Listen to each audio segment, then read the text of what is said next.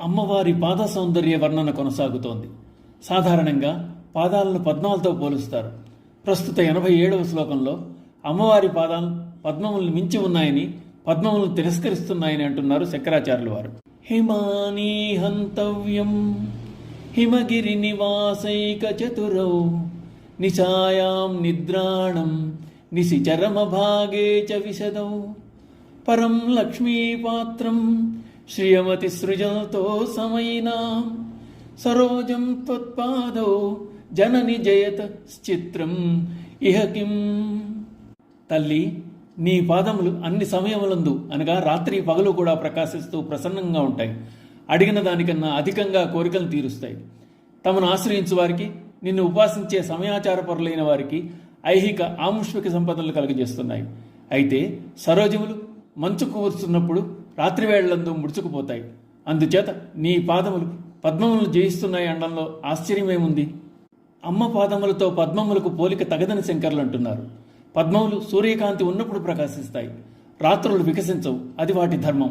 మరి అమ్మవారి పాదాలు హిమగిరిపై సంచరించే నేర్పు గలవి. అమ్మ హిమవంతుని పుత్రిక, కైలాసవాసునికి ఇల్లాలు కూడా. అందుచేత ఆమె పాదాలు నిశియందే కాదు, నిశి చరమందు అనగా ప్రాతకాలమందు కూడా సంచరించగలవి. వాటికి రాత్రి పగలు లేదు, ఎల్లవేళలా ప్రకాశిస్తుంటాయి. పద్మాలయాం పద్మనిలయాం అంటారు.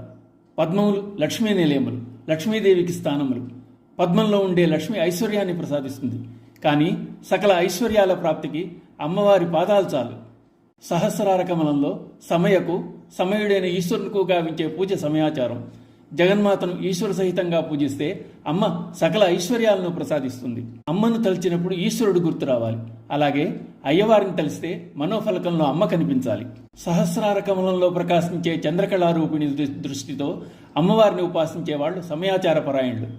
అదే సమయకళ ఇహంలో ఐశ్వర్యం ప్రసాదించడమే కాదు, పరంలో మోక్షాన్ని కూడా ప్రసాదిస్తుంది. అందుచేత పద్మములు నీ పాదములు జయించాయనడంలో ఆశ్చర్యం లేదు.